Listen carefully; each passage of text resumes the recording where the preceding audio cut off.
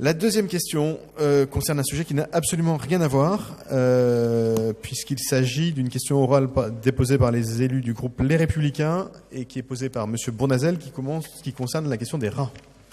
Merci, Monsieur le maire, mes chers collègues. Lors de la séance du Conseil de Paris des 12, 13, 14 et 15 décembre dernier, j'ai dénoncé la prolifération des rats à Paris, notamment dans les parcs, espaces verts, quais et plans d'eau, mais aussi dans les bâtiments municipaux, notamment les écoles, dans les immeubles et dans le réseau des transports souterrains.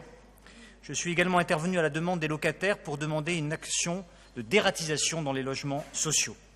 La présence de rats provoque des risques sanitaires très graves sur la santé des personnes, en inoculant notamment à l'homme la leptospirose. En outre, elle écorne l'image de la ville de Paris, tant auprès des particuliers que des touristes, des acteurs économiques, et nuit gravement à son attractivité.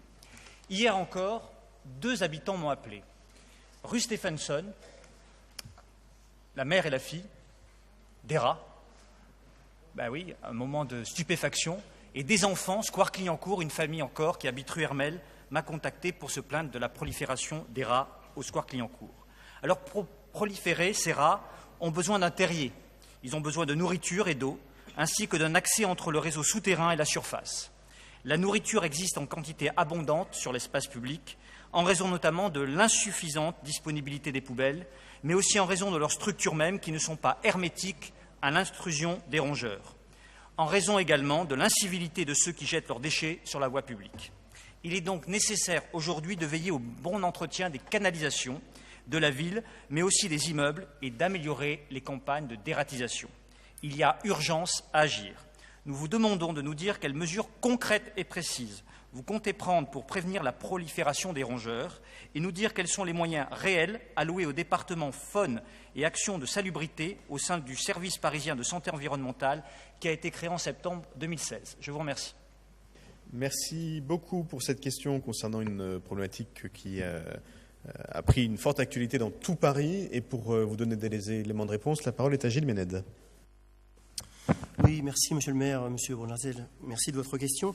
Vous n'êtes pas sans savoir, vous l'avez dit vous-même, que effectivement le nouveau service département faune et action de salubrité a été créé en septembre 2016 et dès début décembre 2016, Paris a lancé un grand plan d'action de grande ampleur pour lutter contre les rats. En effet, afin d'enrayer l'augmentation récente de la présence de rats dans l'espace public parisien, un plan d'action immédiat et ciblé doit être déployé. Éradiquer complètement l'existence de ces rongeurs s'avère impossible, mais l'objectif de la ville est bien de réduire significativement leur présence en, comme vous l'avez dit, un peu empêchant les rats de sortir des égouts, en éliminant progressivement ces rats dans les parties en sous-sol des immeubles bâtis et dans des zones faisant l'objet de travaux, et en ciblant drastiquement la population de rats indépendamment des égouts vivant en surface. Aujourd'hui, dans les parcs et jardins, les zones les plus touchées ont commencé d'être clôturées et de nombreux nouveaux pièges sans risque pour l'environnement sont expérimentés. Le processus d'intervention, le protocole d'intervention se déploie en plusieurs temps. Vous nous avez demandé des actions concrètes sur les signalements, par exemple, de la rue Stephenson ou de la rue de Square Clignancourt. C'est très simple. Effectivement, vous faites un signalement au DEFAS, puisque ça se prononce comme ça. Une étude d'impact est ensuite réalisée par le DEFAS sur place, qui fournit un rapport d'étude qui est communiqué ensuite aux différents services, que ce soit la DPE, la DEV, en l'occurrence pour les squares. Et ensuite, la décision de fermeture de ces squares est faite pour la durée des opérations de dératisation. Comment cela se passe pendant ce temps-là? La pose de boîtes sécurisées contenant des appâts anticoagulants est faite. Une évaluation visuelle ensuite de la consommation des appâts et le comptage et l'élimination des cadavres de rats est effectuée. Et enfin, on rebouche les terriers. Pour votre information, c'est pour ça que je m'étonne que vous ne m'ayez pas envoyé les demandes pour la rue Stephenson et le square Clignancourt. Pour votre information, je les ai maintenant, mais j'espère que vous me ferez un petit mail avec quelques photos. Ça m'aidera effectivement à les envoyer au DEFAS. Dans le 18e, on a eu l'occasion les dernières semaines, les derniers mois, de fermer le square Louise de Marillac. Et actuellement sont fermés également le square Sainte-Hélène et le square Maria-Véronne depuis début janvier pour le square Sainte-Hélène et le square Maria-Véronne depuis quelques semaines, 2-3 semaines, jusqu'à début avril. Donc ces opérations, elles sont lancées un petit peu partout sur signalement et ce plan d'action immédiat, il doit se poursuivre dans les semaines qui suivent avec une série d'opérations coup de poing sur d'autres sites infestés. Un programme d'action ensuite de long terme doit être parallèlement mis en œuvre afin de réduire au maximum la menace de retour des rats après la dératisation initiale effectuée. Et c'est la raison pour laquelle un vétérinaire de la ville pilote ce programme d'action qui comprend un certain nombre de mesures que vous avez déjà dites et que je m'étonne de les retrouver dans vos questions. L'installation de corbeilles inaccessibles aux rats et la neutralisation des corbeilles autour des squares. C'est ce que nous faisons actuellement. L'adaptation des horaires de passage des agents de la DPE afin d'éviter que les déchets restent dans l'espace public sur de trop longues périodes. Nous avons un vrai enjeu là-dessus. Effectivement, il faut adapter les horaires de passage des agents de la DPE.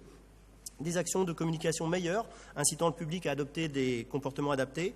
Pas de nourrissage de pigeons, éviter les dépôts de déchets alimentaires sur l'espace public et notamment dans les squares, là, et avoir une certaine vigilance lors des pique-niques.